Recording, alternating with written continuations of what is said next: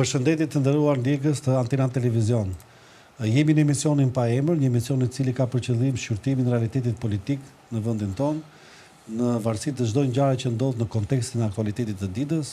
Sot kam kënaqësinë të jem bashkë me mikun dhe bashkëdrejtuesin e këtij emisioni, zotin Andre Bajra, i cili ka munguar disa ditë dhe më pas ka munguar dhe unë, dhe më në fund u takuam në kohën televizive, se në kohën televizive takohemi shpesh.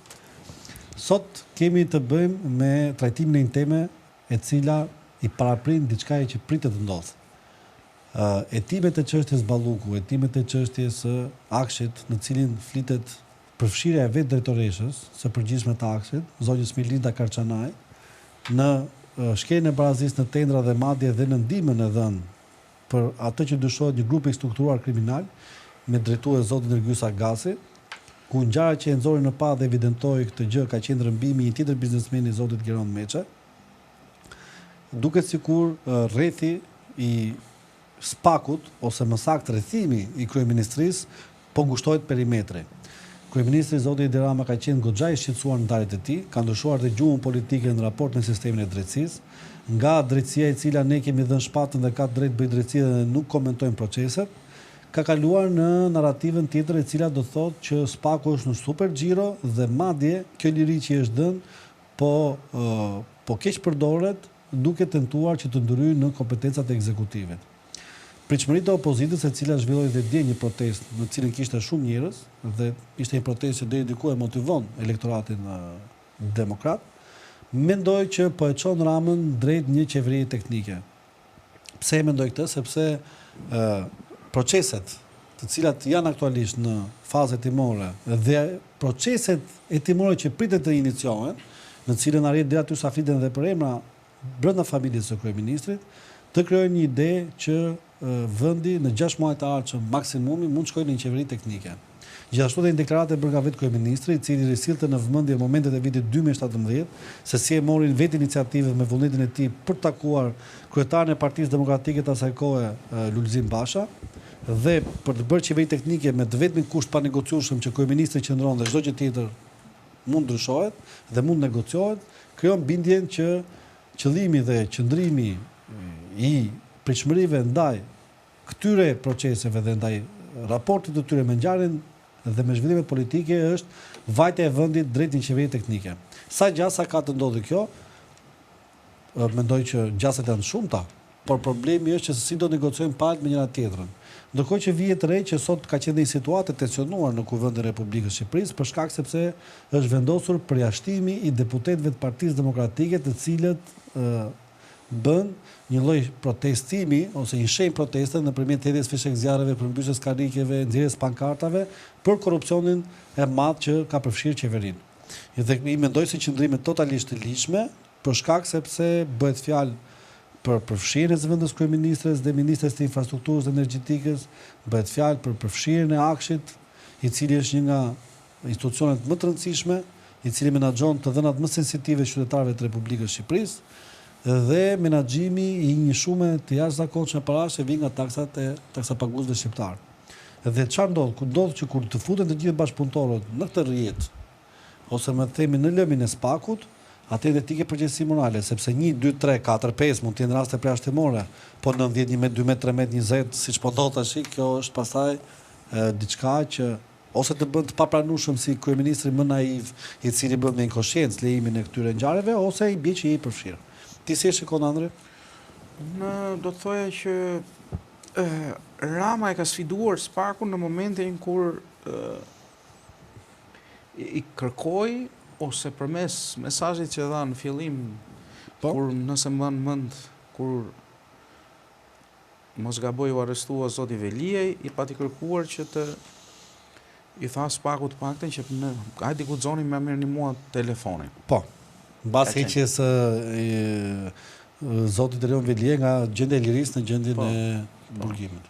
Dhe në atë moment nuk e di nëse ishte mesazh apo jo, ama ajo që kuptoj më se Edi Rama pas atij fjalimi që pak kënaqësie që kishte në raport me spakun, u detyrua u lëpiu aty ku bështyu, pak a shumë.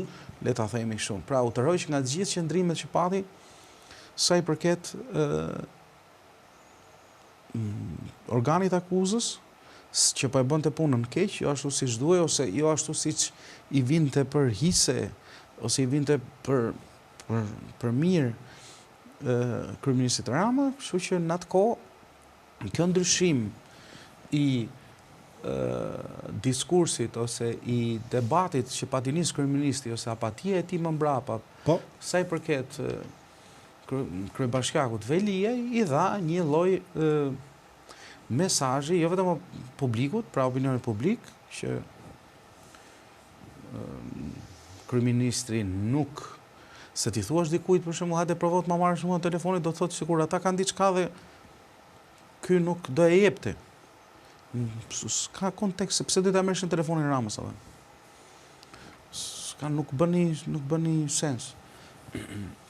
Kështu që kjo ka qenë përplasja e parë për cilën Rama e harroi ose u rehatua. Sepse çdo telefon ka dhënë hapjen e kutisë Pandorës. Dhe mbase kutia e madhe e Pandorës mund të jetë edhe telefoni i vet zotit Rama.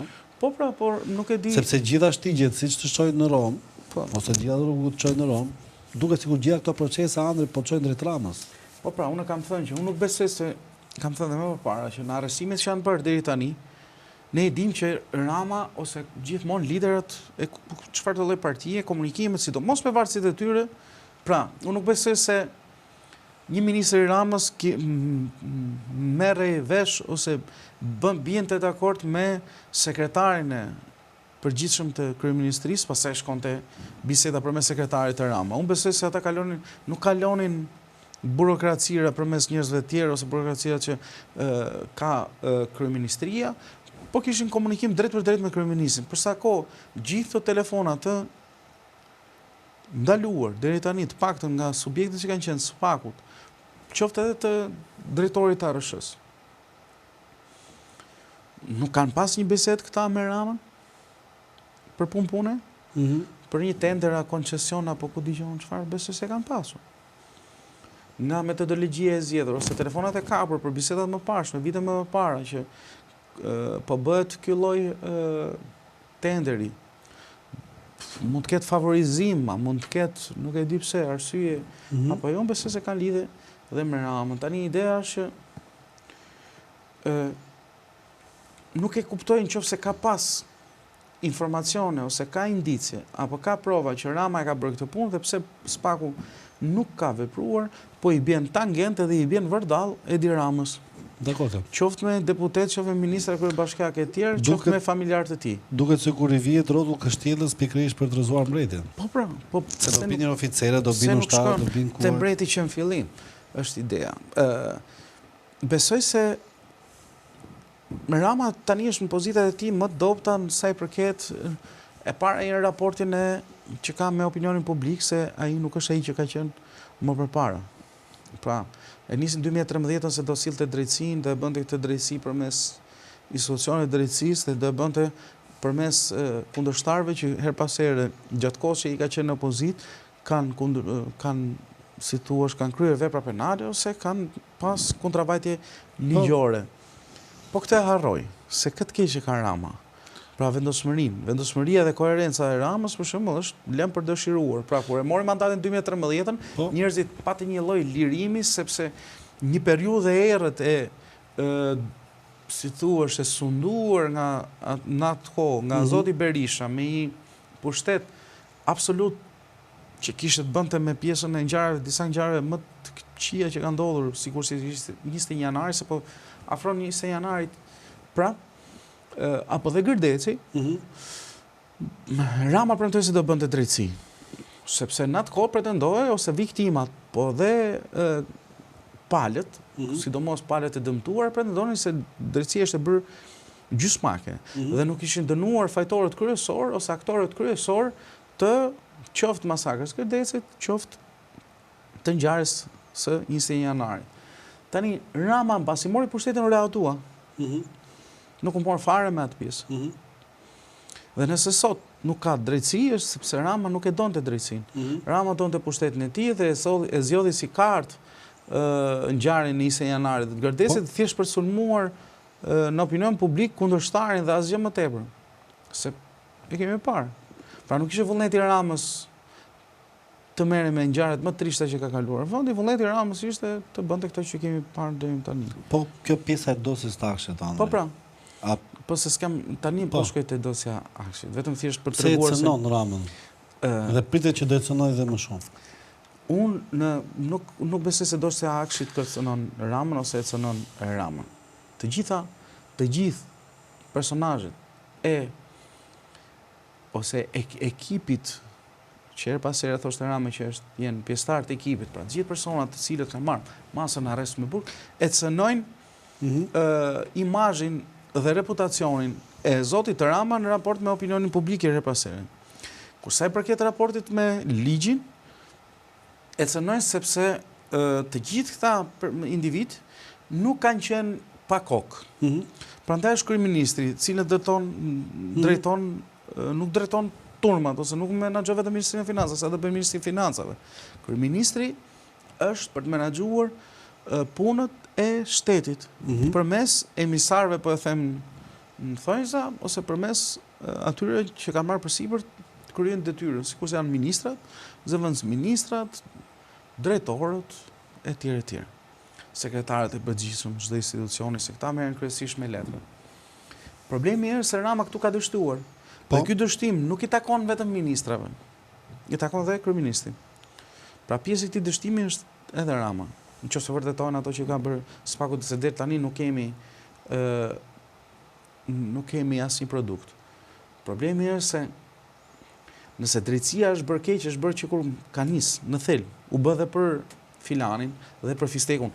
Po të ecim mbi retorikën e Ramës, se disa mendojnë se populli është i ndarë. Për shkak të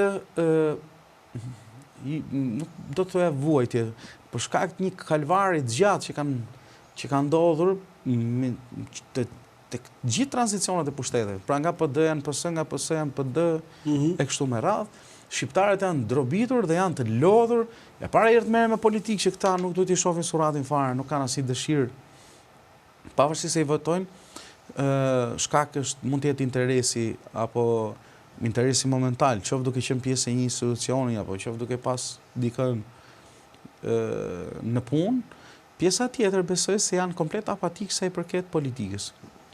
Njerëzit një pjesë e mirë e shqiptarëve i kanë dhënë duart këtij vendi.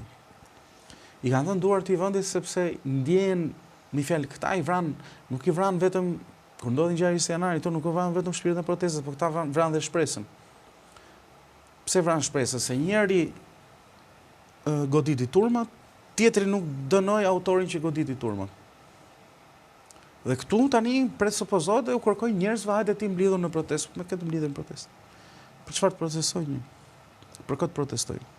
Sepse këtu kanë hyrë të gjithë me i thes tani. Këtu te ky thesi, çdo lloj gjëje të fusësh, çdo lloj fruti, kudo që të fusësh dorën do nxjerrësh nga i kastravec, nga i thesi.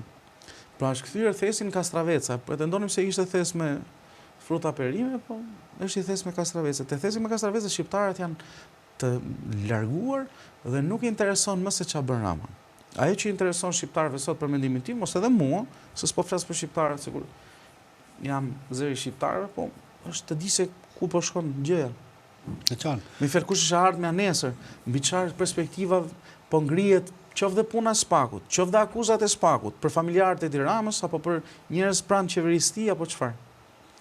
Me fjalë, këtu është ndërtuar një sistem i cili nuk ka të ardhme, qoftë të këtyre që po bëjnë drejtësi, qoftë të atyre që janë subjekte drejtësisë. Pse mendon që s'ka të ardhme të këtyre që po bëjnë drejtësi? Po nuk ka ta. Ai prodhon pasoja drejta në kuptimin e përgjegjësive. Jo. Minimalisht është emancipimi kulturor ajo që ndodh në raport me drejtën. Kjo krijon të ardhme.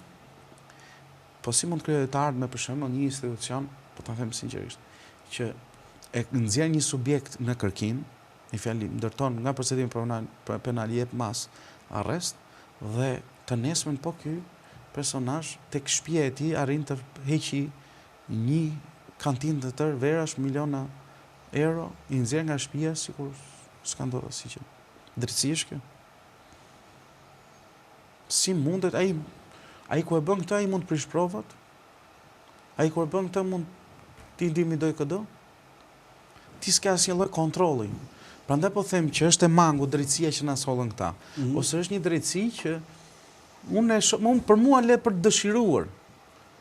Pra është një drejtësi për mua që më jep mundësi ta komentoj her pas here që të tregoj se ore këtu nuk po bëhet drejtësi, nga asnjë krah, as nga atyre që dolën me shpatë në dorë se ishin këta emisarët edhe pejgamberët, si thuash, të rregullit me një shtet kaotik dhe që nuk funksiononte, ta këtyre që kanë marrë në dorë këtë punë.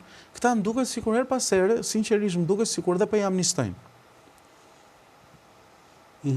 Pra, të bëri drejtësim gjys, besoj se është një formë amnistie. Pa nëse ti arreston një subjekt dhe nuk i konfiskon pasurinë, për mua s'është asgjë. Nuk është ngritur një strukturë për të futur njerëz në burg. Për të futur njerëz në burg është kollaj, mund ta bëhet struktura tjetër. Struktura u ngrit për të konfiskuar, pra mbasi sekuestron prokuroria, të konfiskojnë gjithë pasuritë e vëna në mënyrë pra drejt në kurrizë shqiptarëve. Pra janë parat tona, zotëri. Të gjithë tenderat që janë bërë në mënyrë të padrejtë dhe unë mund të them ka personazhe këtu nuk kanë nevojë fare që mund denoncoj për pasere dhe këtyre dosjeve që kanë qenë spak, që kanë vila, apartamente me prestanome që i gjen kollaj fare. Për sa kohë mund t'i gjejmë ne përmes një investigimi që jemi gazetar, imagjinoje një person që ka të gjithë infrastrukturën shtetërore jo të gatshme, s'ka rëndësi, por një OPG apo një hetues i spakut ka dhe tatimet, ka dhe doganat, që mund t'i kërkoj llogari, është tjetër apo atje. Nuk besoj se në një person të tatimet i refuzon spakun të japi informacionet të duar për një subjekt të fjalë. Këta kanë punuar bashkë, kanë vjedhur bashkë, i kanë fshehur bashkë, dhe këto fshehje kanë dhe të telefonat që janë kapur me persona që i kanë fshehur, se s'besoj se këta i kanë takuar veç, për sa kohë flisin për lek kështu si mall pazari, sikur të ishin nënës dhe të babës. Besoj se dhe me tjerë se si për të shtëpia, ku janë shtëpiat, ku janë vilat, ku janë parat, ku janë llogarit, lëvizje transakcione bankare që janë bërë, ku janë parat, ka që shpytja nëse një institucion drejtësie, si thuash, të gjithë orientimin që ka, të paktën e ka të ndjek parat. Pse nuk ndiqen parat, po ndiqen vetëm njerëz? Pse nuk ndiqen parat, po kapen vetëm individ? Pra këtu spaku është ndërtuar ose është ngritur për të dëmtuar Ramën, për të rrëzuar Ramën që të krijojë një qeveri teknike, apo është ndërtuar për të bërë drejtësi, siç e parashikon drejtësia, të na kthejë edhe qoftë një pjesë atyre që kanë ngel nga tepësia e vjedhur. Unë besoj se një strukturë drejtësie do të funksionojë kështu. Nuk do të funksionojë të na kapi hajdutin. Hajdutin e kapet tipo. Shko, unë shikoj në këto forma, Gjan, që normalisht kur ka të bëjë me institucionet kryesore të vendit, siç janë ministrit, dhe konkretisht ministra dhe zëvendës kryeministri në këtë rast, po edhe për para ministri financave, ministri shëndetësisë, po ashtu kryetari i bashkisë, që cilët kanë qenë që gjithë njerëzit kryesorë të Partisë Socialiste dhe bashkëpunëtorët më të afërt Ramës, është gati imposibilitet absolut që ti të bindësh publikun që unë nuk kam asnjë lloj raporti përfitimi me këta dhe këta çdo gjë që kanë bërë vetë, pa e ditur unë, edhe të marrin përgjegjësi. Sepse kur ti je kryeministër, je edhe si thosh zyra e menaxhimit të burimeve njerëzore. Pra këta njerëz ti i zgjedh sepse kalojnë disa kritere, disa filtra. Okej, mund kaloj 1, 2, 3, është mos e zakonshme në çdo lloj procesi administrativ ose administrimi të diçkaje, qoftë në institucionet e vendit, qoftë biznes, qoftë në institucion privat. Problemi është këtu që kur këto lloj zullumesh, sa kalojnë vitet bën edhe më të mëdha, problemet që njerëzit të afërt kanë me ligjin vazhdojnë të shtohen dhe kur ngushtohet rrethi, çdo lloj rrugë çon tek ti, sepse këto gjëra nuk bëhen pa miratimin e njeriu që është krye të shtetit. Unë nuk mendoj që nëse Ilir Proda i del nga përgjimi telefonit që bashkëpunon me grupet kriminale, kryeministri s'ka ndjeni. Unë nuk besoj që nëse Belinda Balluku, mënyra se si bën shpallën e fituesin, procedurat e tenderimit me drejtorët që i ka vartës, unë nuk mendoj që Edi Rama s'ka ndjeni. Se i bën përshtypje, se ka mundësi që këtë tender e fitojë kompani? Pse këto pundimet se rrugë nuk janë cilësore? Pse po shtyhen? Pse është kjo shifër? Se ky është raporti institucional që ka kryeministri me vartësit. Unë nuk besoj që kur një person rrin krye takshit 11 vite Dhe që mas 11 viteve të bëj këto vepra penale ka filluar 2-3 vitet e fundit. Dhe ti s'ke pasur dini. Është alogjike. Është alogjike, është njësoj si të thush, unë do të dalë kur bie shi, vetëm me një bluzë dhe nuk do lagem. Nuk e beson njëri këtë. Se beson do njëri, është e pamundur. E thush, ty ku esja unë qëllonte që nuk binte shi. Se nuk nuk di si ta shpjegoj për që ndodhte. Nuk ndodh. Dhe thelbi është pa u futur se po ti futesh dosës me detaj, nuk është një proces i vështirë.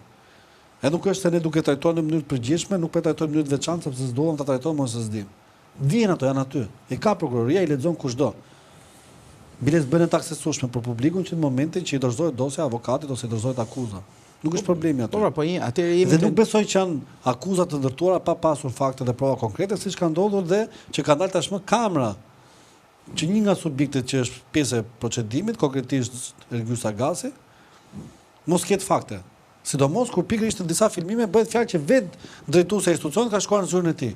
Ore si mund të shkojë drejtuesi i një institucioni në zyrën e një operatori ekonomik dhe thotë që shkova atje po nuk po flisnin për gjëra pune. Një konflikt interesi atë. Në qoftë se ky operator merr pjesë procedurat e tua, këtu është akoma dhe më keq deklarata që ka bërë. Dhe fakti që ndodhet këtu ore si e fiton këtë fuqi ky personazh që drejtuesi i institucionit më të rëndësishëm ky takon zyrën e vet. Se ka një fuqi mbrapa. Nuk është se ndodh sepse thjesht është negociator shumë i mirë ose është dhe burr i mirë. Mund të jetë dhe guru shpirtëror më po. Se këta janë ndjerë më mirë mas takimit me këtë dhe këta e kanë çuar eficiencën e institucioneve mas takimit me këtë në një lloj niveli që ne thamë se u bëm Suedi ose thamë se u bëm Norvegji. Problemi është që këto, ke dini, për çfarë punon struktura e policisë shtetit? Për çfarë punon shërbimi informativ?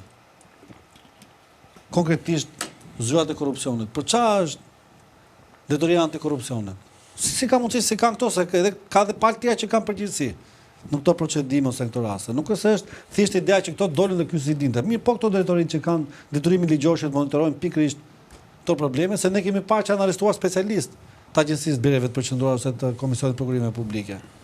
Se pas kanë takuar një operator. Si për merret vesh për njëri kaq parancishëm edhe 12 vite s'është marrë vesh për drejtoreshën. Si? Këto mjaftojnë që të shkojë drejt qeverisë teknike, nuk duhet mund ndonjë fakt më i madh.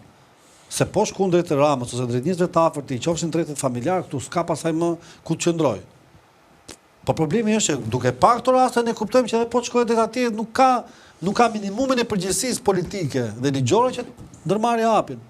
Edhe çfarë bën njerëzit merren me sa veta kishte në Sesa Sali Berisha. Pse kështu është zgjidhja? Duhet të ketë shumë veta në Sesa Sali Berisha që dërgjegjësohet Edi Rama, që të marrë përgjegjësi, që të bëhet qeveri teknike. Kjo është rendi logjik i situatës. Jo, ka vetëm një të vërtetë kjo gjë. Jo për njerëzit. Është totalisht e vërtetë. Jo. Ka një të vërtetë te kjo në pjesë sa veta kishte në shesh, jo për diskutimin që ishin mjaftueshëm për të cilësuar se një proces i suksesshëm. S'më kuptove. Unë besoj patjetër. Unë besoj se nëse nuk do ishte edhe PD-ja të mbante mbi kurriz damkën që e ka fituar gjatë kohës që ka qenë në qeveri në 2005-2013, unë besoj se sot do ishin më shumë veta në shesh. Nëse s'do kishte ndodhur 21 janari, do ishin më shumë veta në shesh. Do ishin kushtet kur dolën njerëz edhe për Ramën atëherë të protestonin, njerëz pa ditur që Rama kishte organizuar ose nuk kishte organizuar, nuk ka rëndësi, protestë dhunshme, nuk donin t'ia dinin. Pra, ekzistonte një shpirt proteste, ekzistonte një shpirt për thënë të paktën atë që mendonin, kurse në rastin konkret, në rastin konkret, nuk ka njerëz në shesh, sepse këtu mungon, si thuash, jo interesi, nuk do të them për interesin, po këtu ka një lloj qasje me atë që ti përballesh. Pra, unë nëse shkoj në protestë me dikë që deri dje e kam quajtur si e keqja më e madhe këtij vendit, më bjen komplet moralisht, unë jam pavarësisht se ky do më hedhë mua të tjetrin që është dhe më i keq se ky. Po dakord, ose edhe pak më i keq, nuk ka rëndësi. Arfitimi mbi përgjegjësinë e Ramës atë qëndron. Po, pra. Po, e kam thënë 100 herë, më kjo është. Edhe për institucionet në varësi të cilit duhet të monitoronin kam minimalisht ato diskutohet, po kam minimalisht 1 vit e gjysmë 2 vjet që them që ky zotëria në mos qoftë i pa fat është i pa aft për të kuptuar se ka për rreth. Dhe nuk ka një fjalë. Deri në momentin që kemi një personazh, për shembull, kam një kryetar bashkie. Deri në momentin që mund të kemi një personazh, u kap një deputet, u kap një ministër, hajde mund të arrotullosh që prandaj u bë drejtësia që të kapte këta 2-3. Kur jemi përballë gjithë ça shkel këmba aty janë soja sorollop të inkriminuar ose të korruptuar, atëherë nuk ka lidhje më pas, është sistemi që ka ngritur, është sistemi që ka ngritur mbi këtë qeveri e cila nuk lë askënd ndoshta të mos jetë i korruptuar, nuk përjashton askënd mos bëj korrupsion, nuk përjashton askënd të favorizoj klient pranë qeverisë. Pra, ne kemi ditur gjithmonë se ç'a është bërë. Jo vetëm ne, por kur flas ne qytetarët. Pra din qytetarët që biden më. Po jo në kaq mënyrë bastarde. E din qytetarët që po taksohen më shumë se ç'duhet sepse këta kanë çuar çmimin e 1 kilometri rrugë, thu sikur bën 6 kilometra në Europë. Ne nuk e kemi as standardin, por i futemi sërish për të vazhduar bisedën aty ku e lam, sepse pati një shkëputje me kanalin e YouTube-it, sinjali është okej. Pra, marrësit, problemi është se nuk është faj i atyre që vodhen. Po? Ato dinë që ishin kallëp hajdutash. Përgjegjësinë ligjore të ta mbajnë? Po, Ti je idiot, do të thonë që i pa përgjegjshëm penalizëm. Nuk thash idiot, janë kallëp hajdutash. Ishte kallëp i hajdut, morë, ishte ti vurej si i vare ujkut mëlqit në qafë. Tani ti kërkosh ujkut ti pse?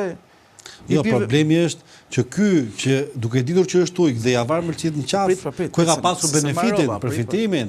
Kjo është çështja. Po pra, nuk është faji i atyre që vodhen. Faji është ty i këtit, sa ata kallup hajdutash ishin.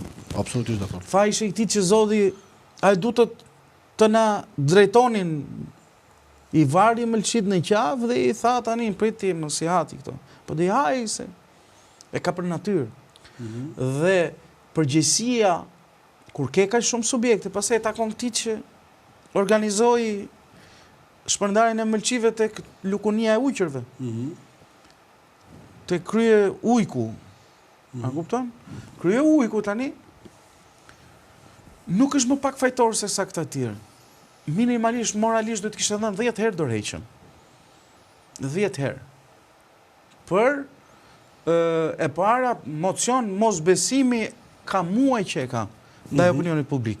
Pavarësisht se ai do ta rikonfirmojë veten me mandate, po kjo është komplet tjetër gjë.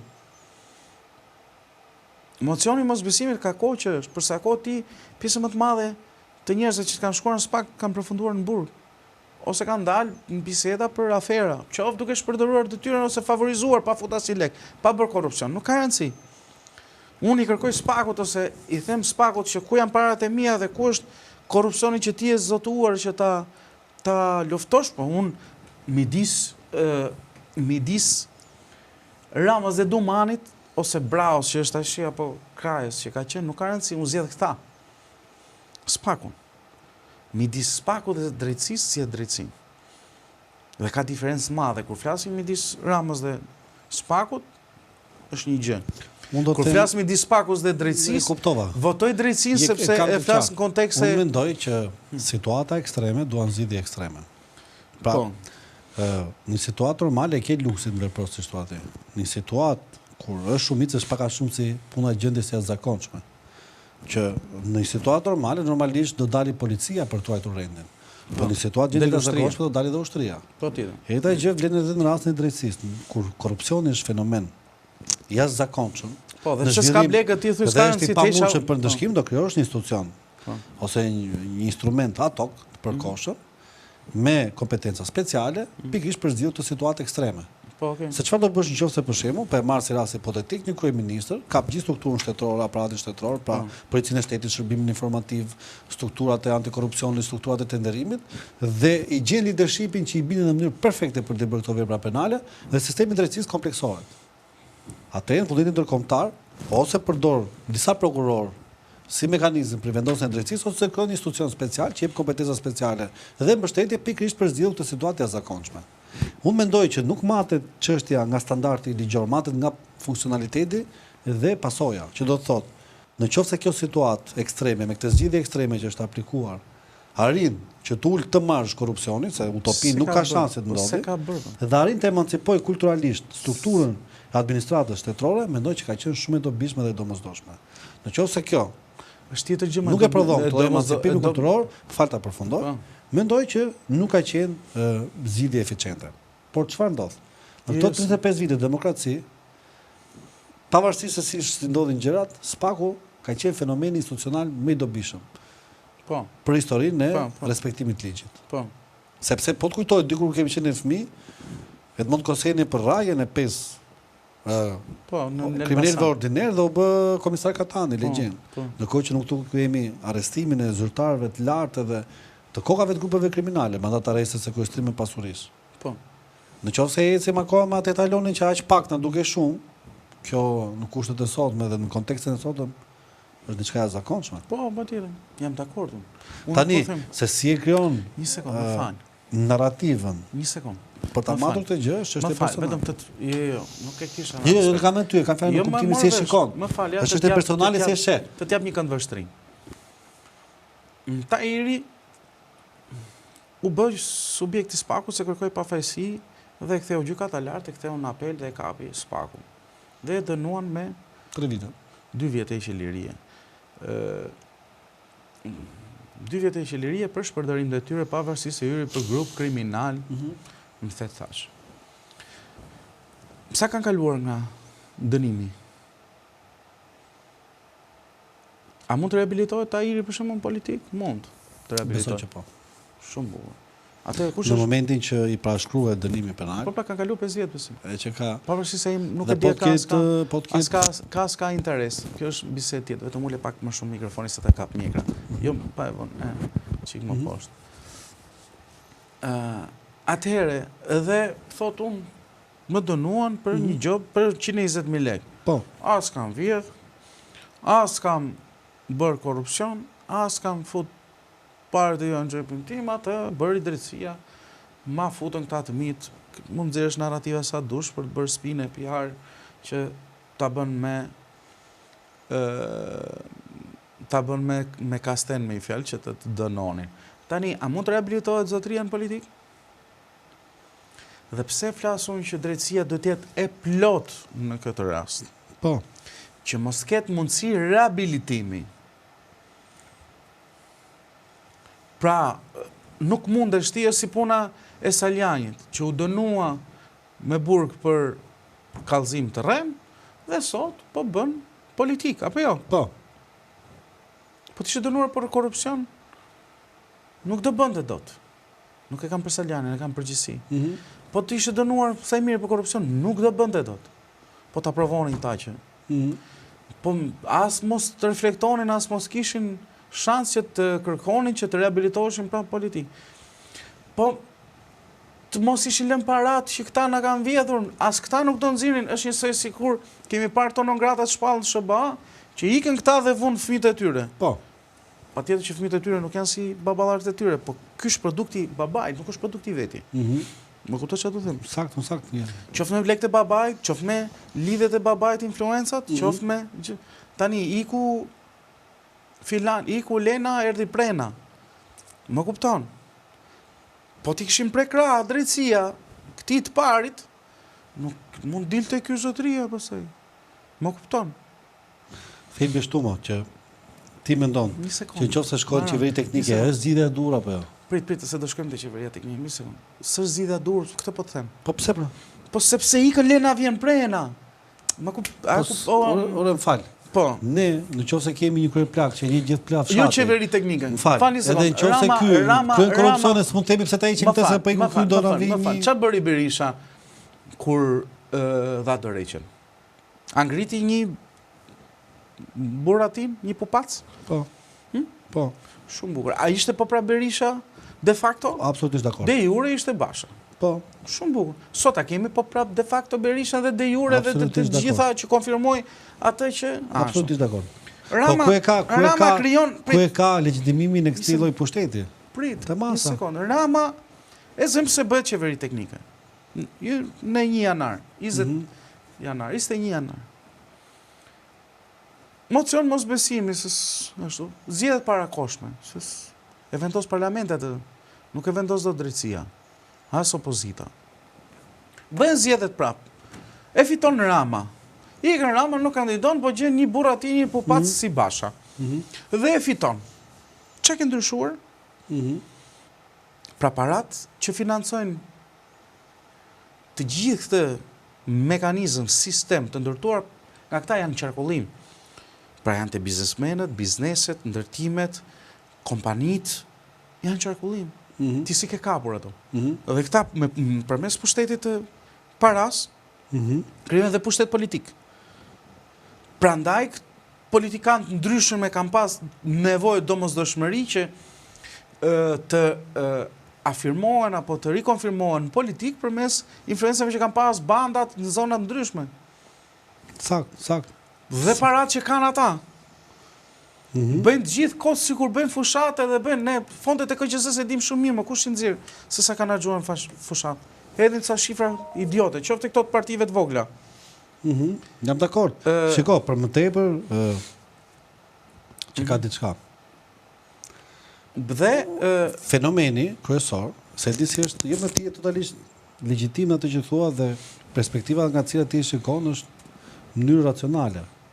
Ajo që unë dua të them është kjo që ne nuk mund të vim rreth rrotull gotës dhe kur na kërkohet të shpjegojmë çfarë është gota, ne themi shiko se kjo mban dhe ujë të nxehtë, mban dhe ujë të ftohtë, mund mbaj dhe akun fal. Thelbi është këtu. Ora gjithë kjo lloj problematike. A e zgjidh nëpërmjet anës së se dëgjoj atë që bën fort. A e zgjidh nëpërmjet anës së qeverisë teknike? Si? Gjithë kjo problematik, që është ky ngërsh institucional, që ka bërë që korrupsion të jetë kësaj përmase. A zgjidh duke neutralizuar nëpërmjet qeverisë teknike? Pra duke ardhur, duke ardhur disa ministra teknik. Ore Dumani kryeministër. Të shkëputur nga struktura politike. Është teza që do bëhet Dumani kryeministër. Po shumë mirë le të bëhet nëse ka dëshirë. Po në qeverisë teknike. Po. Dhe nëse pranohet nga faktorët politike dhe subjekte ndërkombëtare, patjetër më. Po. Faktorët politikë. Çfarë gjë më të mirë ka pasur kur ka qenë qeveria teknike e Bushit? Më ndryshe. Avancim është. Unë po them, nuk e shikoj problemin nëse Dumani vjen dhe bëhet kryetari i qeverisë teknike, kryeministër, i Këshillit të Ministrave teknik. Nëse ka vokacion, ka gjithë drejtën e botës dalim se edhe ka dhe kartën e fortë, ka ndëshkuar korrupsionin. Fitore politike është fund ditës. Ne shikojmë drejtsinë si të shkëputur nga politika. E ka thënë Aristoteli, politikë është gjithë administrimi që i bëhet një shteti ose një polis i qyteti. Se ka ne çudi, drejtësia nuk është pjesë e shkëputur e sistemit politik. Nga një certifikon sistemin politik madje. Vendimi i gjykatës kushtetuese është certifikues. Nëse i kryeministri është antikushtetues dhe gjykata kushtetuese shkarkon, çai bëj, po bën politik? Po zbaton ligjin me kushtetuesin. Nëse gjykata kushtetuese pezullon një ministre, ore çfarë zgjidh qeveria teknike? Zgjidh që njëri të papërshtatshëm e heq. Po, shumë. Shumë bukur. Si kalon një qeveri normale me legjitimitet, përkohësisht në mënyrë tranzitore vendoset qeveriset nga një qeveri teknike që ka vullnetin konsensual të palëve. Që mund bëhet edhe me negocimin ndërkombëtarëve, kaq. Po pastaj? Po pastaj i hapet rruga zgjedhjeve, të cilat administrojnë nga qeveri teknike që bën shkëputjen e strukturës shtetërore nga ndikimi i zgjedhjeve. Kjo është arsyeja pse zgjidh gjithmonë qeveria teknike. Qeveria teknike garanton gjithmonë mosdryrjen e administratës publike. E marr. Po ndodhi një në 2017. Dakord jam. Po. U pranua, nuk mbas mbajtjes zgjedhjeve, vure në një politikantin atë kohë thoshte që rezultatet kishte fajin qeveria teknike. Jo. E shtensionon situatën, sepse nëse Berisha për shembull, sot që ne flasim, kërkon që Edi Rama mos jetë kryeministër dhe dua qeveri teknike si në Malzi, se kjo ka qenë narrativa, dhe Edi Rama ikën nga kryeministër dhe vendi ndoset një kryeministër teknik, nesër Berisha nuk i qëndron më pretendimi që ne na u pranua kërkesa e qeverisë teknike, Edhe kushti jonë themelor që Edi Rama kryeministër, po prapë sinjojnë zgjedhjet. Po. Ja këte e sirë të dobit pak. Dakor. Iku Berisha. Kryetari i ri i Partisë Demokratike është dikush tjetër, i Partisë Socialiste është dikush tjetër. Parat xhirojnë po njësoj te këta. Tendrat xhirojnë po njësoj te Po këta. tashi, Kush unë nuk mund të them që pa u testuar kura o Andri, që ja e morëm kurën vazhdo smundja. Po nuk është qeveri teknike kura. Po kështu është vendosur, më pare të kërkojnë. Jo më kura po është vendosin ata unë, prandaj pra kjo është Po ajo që edhe edhe partitë e vogla të treja këtë kërkojnë qeveri teknike. Po se është interesi atyre, më unë po them ç'është interesi i qytetarëve. Interesi im është të kthem paratë e mia më zotëri. Po që mos gëzoj njëri t'vjellit. Po kjo pra, këtu do të ta thash shefi Spakut që aty do e kemi tash. Këtu do të funksionojnë. Nuk mund të funksionojë. Prit, duro, sa i këtë sa. Po them gjë më do duroj, se edhe si kom pas duroj unë s'kemi çfarë bëjmë. S'kemi çfarë bëjmë, s'do një gjë e madhe. Unë po them tjetër gjë. Dhe këtë kam thënë gjatë gjithë kohës. Pra që përpos individit duhet shkuar te paraja, prandaj është qendrim legjitimi. Prandaj kanë tek follow the money ata ndiq paran. Shumë dakord. Sa ty e bë konti komplet. Shumë absolutisht dakord. Se kompanitë këto i punojnë. Firmat e ndërtimit u punojnë. Gjejmë këtu pronar firmash ndërtimi që janë marrë me narkotrafiku, pronar kompanish të mëdha që janë marrë me narkotrafik dhe dihet botërisht, dhe këta janë këta që ndërtojnë. Pronar firmash ndërtimi që janë dënuar për narkotrafik kanë qenë burg dhe vazhdonin ndërtonin, merrshin leje në gjithë Shqipërinë, e bëjnë projekte të mëdha. Pronar firmash ndërtimi që bën rrugë, bën tunele, bën ashtu që jo vetëm dënuar me narkotrafik, por janë dhe kriminalë. A ka fund kjo gjëja, zotëri? A duhet shkoj Spaku ti thotë institucionit, hajde këtu ti shoku. Si ma ke futi këtë për tenderim? Kush janë prestanomet? Ti djegi njëre mira, vlla, mos puqin lek nga parat e nuk dua unë nga parat e mia, vlla, dhe nuk është çështje dëshire. Nuk dua nga parat e mia, që parat e mia të shkojnë për një narkotrafikant, një kriminal, një person me influenca, nuk po flas për biznesmen. Nuk dua më sepse unë, nëse i çoj paratë e mia kur them mia të flas për shqiptarëve dhe tonat miliona euro, unë po fizitoj një kriminal me një mentalitet kriminali që nuk ka asnjë gjë tjetër që funksionon për të rritur si thuaç pushtetin e tij, për të nxjerrë njerëzit e tij me influencë për të mandatuar dhe në parlament dhe për të bërë torë si buratin për të fuqizuar vetë. Dhe këta është një rreth vicioz, një qark i shkurtër që të gjithë e kanë formuar këtu me bazë tepsinë e shtetit para tona, po kjo duhet shkatruar. Pri fiet, pam. Aty më thujti mu, ky kryeministri Rama i ka lidhjet me filanin, fistekun, filan familjar, me gjithë kullat, ku kalojnë kullat e Tiranës? Kush janë kompanitë që i bëjnë?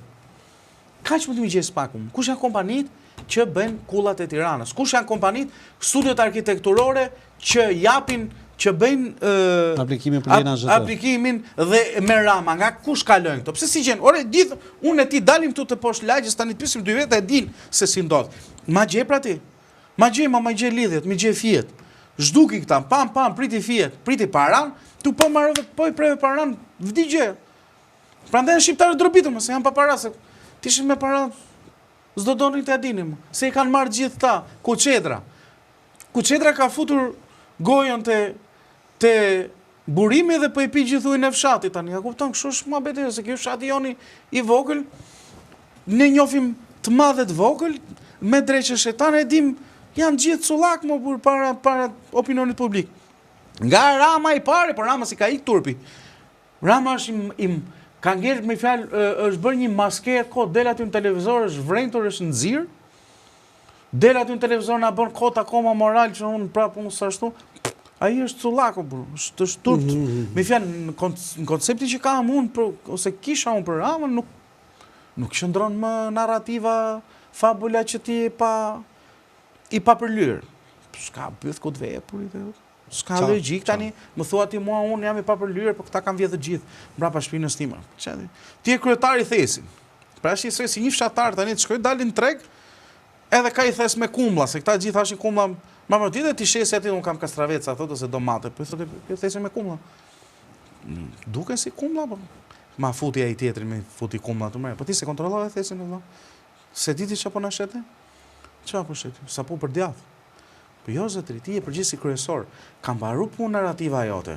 Ti, në fjalë, ti në konceptin që kishin dhe kanë shqiptarë sot për ty, kanë ndryshuar. Pra kur erdhi në fillim, të thash dhe një herë, erdhi si një lider që do na habiste dhe u ka ta ndis më keq se Saliu, po shtur po buri dhe pa dinjitet.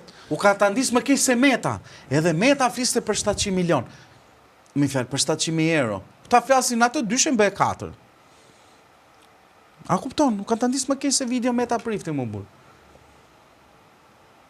Meta fliste për për hidrocentral për 700.000 euro. E bren Ndërgjegja kur e mendon veten? Ose ai jeton, ai s'di ku është më burr. Nuk di ku është, se këta e mbasin komplet me realitetin. Nga fuqia, nga pushteti, ma. Shkoj njerëz që përgjësia e ndjen atje prapanic.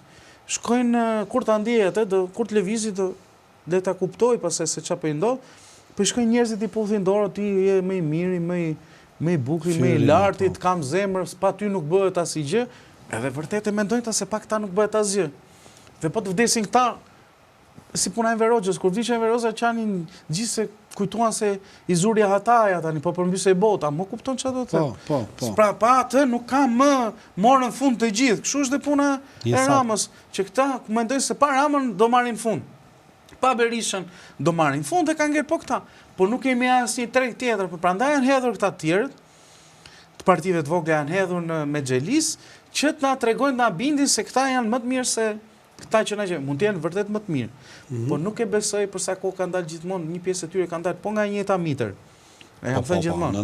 Nëna parti me mitën e përgjakur. Po nga një mitër kanë dalë. Tani nuk më thuash ti, po si të punosh bordella dhe thuash unë jam i virgjë, po nuk funksionon. Ki qenë bordello. A kupton? Te bordello e bëre nga halli apo e bëre nga një mirë arsye, okay, mund të mvije empati, e ke qartë, mund e ke qartë për ty, se ke qenë e detyruar, po e virgjë nuk e kaq, mos thuaj e virgjë, mund thush çdo gjë, që e bëra nga halli. Jam dakord, vetëm diçka për ta konkluduar. Mendon që do kemi qeveri teknike shpejt? Unë kam disa muaj që e kam thënë që po nuk e besoj. Kam disa muaj që ma kanë thënë miqtë mi shumë pafër, që kanë qenë dhe të kjo studio, po mos ta them emrin. Po kur të ndodhi do e them se nuk më pëlqen, e kam thënë si artikulim në studio. Po si mendon që do jetë? Dhe sinjalet janë jo nga këtej, po dhe nga përtej oqeani, që do ketë. Pra ky ishte mandati Rama gënjeu veten dhe opinionin publik dhe me sa duket pas ka qenë më shumë PR kur i tha që në 2030-ën do e fus Shqipërinë në Bashkimin Evropian. Unë as kusht tjetër, pra pretendonte se do fitonte prapë zgjedhjet në 2029-ën. Mandati ka qenë, ky është më fjalë mandati. Bisedat ose të paktën retorika që përdoret kryesisht midis grupeve të interesit ndërkombëtarëve që dhe Edi Ramës është që ky është minimalisht mandati jot i fundit. Nuk ka 2030 për Ramën. Nga perspektiva se çan bën vaki pastaj sa po të kishin dorë ata çdo gjë.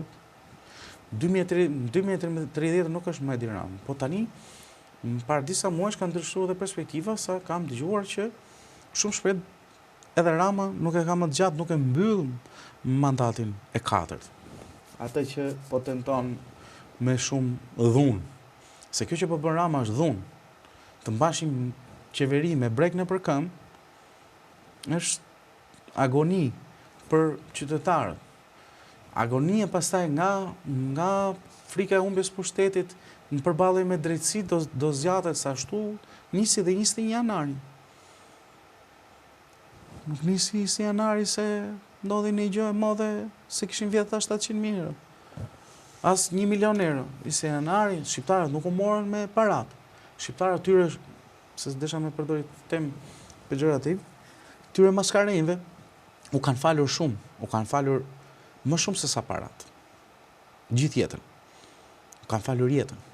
Se kanë vite e dekada që sakrifikojnë për ta veten e tyre, mundin e tyre, punën e tyre, parat e tyre, të familjarëve të tyre, të fëmijëve të tyre, arsimimin e çdo gjë dhe nuk është kthyer kur mbrapsht. Këtë nuk ja kthen dot Rama. Këtë nuk ja kthen dot as Spaku. S'mi kthen më dot Spaku vitet e mia që kam investuar këtu në Shqipëri te ky vend. As arsimin që kam bërë këtu me ca dallkauk ose jo, as vendin e punës që kam kërkuar dhe se kam marrë prej disa dallkaukëve që i kam vënë këto, nuk mi kthen dot. Se do të më kthej diku te 38 vjet. Po. Nuk mi kthen, kohë nuk ma kthen dot kush. E vetëm gjë që nuk na dëm shpërben as nuk na kthen dot. Prindërve tanë nuk e kthen njëri kohën që kanë investuar gjithë jetën dhe sot mezi blejnë ilaçet e qoftë tensionit e diabetit, e leshje, preshje që s'kan 1000 halle që kanë njerëzit. Dhe gjithë ne mbajmë me reminitancat, që ka sjell njerëz nga jashtë, gjithë pjesa më e madhe shqiptare të reminitancat, as sjell njëri në lek nga jashtë dhe hajmë bukë me këtë vend. Kështu që mua prandaj bërta Spaku që minimalisht të ndërpres kalvar nevojtjes. Nuk them Spaku se të ndërpres si punën. Spaku është institucioni, kam thënë dhe vazhdoj të them, më i domosdoshëm në Shqipëri, po edhe ky institucion duhet të ketë rregull. Se shqisoj sikur thoja, është e njëjta gjë sikur thoja në 2013 që Edi Rama ishte domosdoshëm. Ishte i domosdoshëm ndryshimi i qeverisë, rotacioni politik, sepse pushteti asaj kohe u bë shumë arrogant. Sa ngriti armën kundrejt protestuesve të popullit. Dhe i vrau në bulevard. Në këtë kushte është Rama sot. Që në këtë 21 janar që vjen mund të jetë 21 janar i dytë i 2011-s. Ky mund të jetë 21 janar i dytë. Dhe për sa kohë këta njerëz përgjohen dhe njëri tjetrin me video, çfarë mungon këtij zotërisë që pas ka pi verë disa miliona me 10 milion lekë që bën një shishe verë që ta ketë përgjuar dhe kryeministri? Po e ka përgjuar, se ka përgjuar s'më intereson fare, se e shoh. Pra sot edhe dikush dhe të gënjesh për një çështje të caktuar që ky personi është i korruptuar, për shembull të gënjesh më, është krijuar fryma e një qeverie të korruptuar sa ti çdo gjë e beson sot. Dhe këtu ka rënë legitimiteti, besueshmëria e Edi Ramës. Prandaj kjo qeveri duhet të ketë mocion mosbesimi, sepse legitimiteti këtu i qeveriet e pa korruptuar nuk qëndron. Por kjo qeveri prapë është ende më e fuqishme për shkak mekanizmave ndryshme se tani janë bërbar, mund duke nxitë njësoj më burr. Sakt. Dhe gjithë pushteti që ka Edi Rama dhe mekanizmat që ka krijuar mund ta fitoj prapë zgjedhjet më. Se edhe këta që ka përballi ka një sesi këta. Dje ishin më keq, sot janë barabartë. Dhe ti nuk mund mbahesh ti si me idenë që ky pas ka vrarë, po unë s'kam vrarë akoma, më duhet më iku ajo. Gjithë se kush i përgjigjet për... Si thotë, ai vret, po unë jam më i mirë se ky, se unë vetëm të vjedh, nuk të vras. Çdo thotë kjo. Nuk është retorikë, është idiotësi. Vetëm në këtë vend. Pastaj thonë do të hyjmë në Europë. Mund të ketë mentalitet për shembull një europian ti thotë dikujt për shembull një zgjedhësit vet ose një qytetari që shef ai filoni para 40 vjetësh u vrau. Unë jam më mirë se ai se unë vetëm po ju 10 miliona, po ju 10 jetën. Investimet, kompanitë, ke mira kompani këtu që ore mund të jemi shteti i vetëm në Europë që e disfavorizon biznesin dhe vetëm e sulmon. Në vend që t'i japi politikat e lehtësimi dhe mos ta godasin, këtu është i vetmi shtet që e godet. Po do e sulmoj, po e sulmon shumë në mënyrë të frikshme, dhunshme. Në fakt, pjesa më e madhe e këtij vendi bëhet ose nga rrokat, pagat administratës, ose nga bizneset vogla që janë krijuar. Çdo individ ka hapur një lokap, një bylmetore, ka hapur, ku dëgjon, një kiosk për shitur diçka, pjesa më e madhe, prandaj kemi lokalet ne si dikur ato ndërtimet pa leje. Po se s'kan mundësi më tjera, të krijon një lokal aty për të nxjerrë një rrok për të mbajtur familjen, po ç'a të bëj sheti? Po sepse ai në shtet nuk shkel dot. Shtesë ekonomike ajo që paraja do gjej rrugën e saj për të vajtur tek konsumatori, po.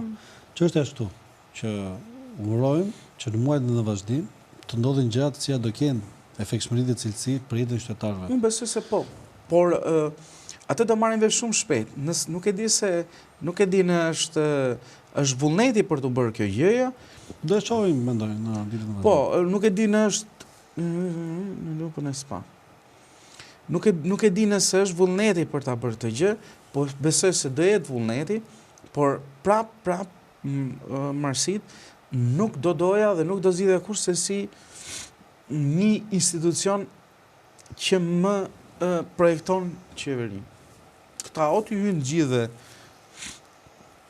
bëj një qeveri teknike, se nuk ka nevojë, bëj një qeveri teknike dhe më të gjenë gjithë fijet e korruptuar të pushteteve të ndryshme që kanë qenë deri tani dhe ti përreshtoj njëri mirë ta njerëz mos shkelin mos i shkeli më këmbë, jo vetëm kuvend, po ase. Jam dakord me ty dhe urojmë çojmë çdo ndodhi. Unë mendoj që do jetë kur që do shërbej për shtensionimin e situatës. Kush? Do jetë Qeveria kur? teknike, do jetë një kur. Po mirë, patjetër. Jam Edhe dakord. jote është një kur. Është si puna protokolleve mjekësore, secila qëndron, do shohim kush do jetë më eficiente. Unë nuk kam besim se do jetë kur mund të jetë, do ketë një shfryrje, po unë nuk kam besim mbas asaj. Nuk e kam te qeveria teknike, nuk po më kupton. Në fjalë nuk e di çfarë do ndodhi pas qeverisë teknike, këtë e kam të paqartë. Këtë kemi thënë gjithmonë. Se s'mund pas qeverisë teknike të më vi prapë Berisha, më burr. Dakor? Se kush do e formoj qeverinë teknike? Di si funksionon qeveria teknike. Nuk mund të nxjerrin gjithë teknik nga jashtë, kush do i zgjedhë? Do i zgjedhë Spaku? A do bim dakord për SPD, për qeverinë teknike? A dëgjon? Po. E dëgjojmë ty. Po si do i zgjedhin? Nuk ti zgjedh Spaku qeverinë teknike, më burr ide. Si ishte kjo teza thash deri që do bënin Domanin kryeministër teknik. Po Domani do ta zgjedhë Berisha dhe Rama. Si do bëhet qeveria teknike? Si do ecin mekanizmat për qeverinë teknike dhe kush do jenë zgjedhur? Po këta i zgjodhën. A ishin këta që ishin më përpara dhe janë po këta që vazhdojnë të jenë tani? Kështu që prandaj nuk kam shpresë. Nuk është problemi mekanizëm për bërë shfryrje për t'i mushur mendën botës që ne priti çik tani se ne pozojmë men. Problemi është zgjidhja, unë nuk kam zgjidhjen. Ç'më duhet mua ç'a mendojnë ndërkombëtarët? Që këtu po bëhet një lëvizje, më duhet të zgjidhje, ky është ngërç.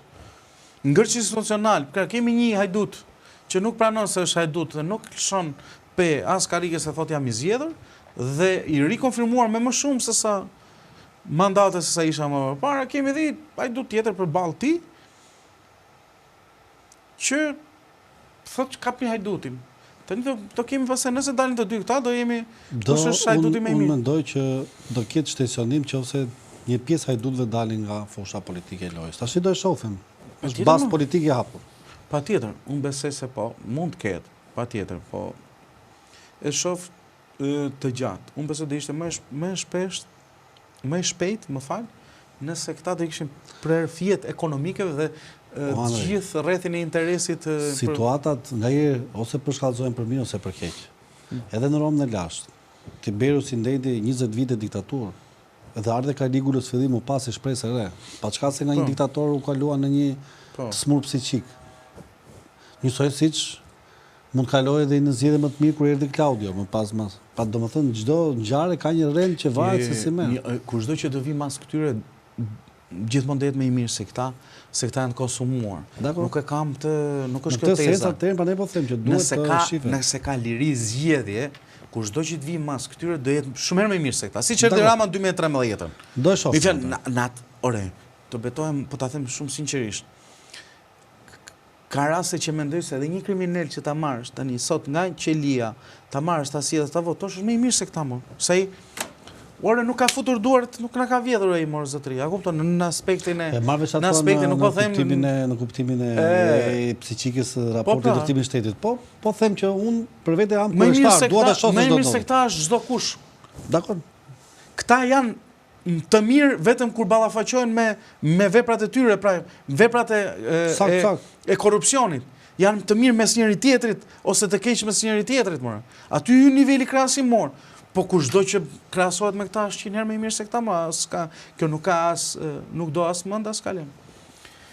Gjithsesi, unë besoj se pak a shumë munduam të trajtonim temën për sot, për shkak defekteve teknike që besoj të internetit dhe të motit, kemi pas sa ndërprerje sa i përket YouTube-it, do hedhim emisionin më mbrapa, do hedhim të plot, ndoshta duke rregulluar dhe atë pjesën e ndërprerjes, ju kërkojmë ndjes për sot, por kemi ca probleme teknike që po mundohemi më pas herë të zgjidhim qoftë me audion, por dhe qoftë me internetin që nuk varen nga ne, ose interneti që shkakton ndërprerjet e audios.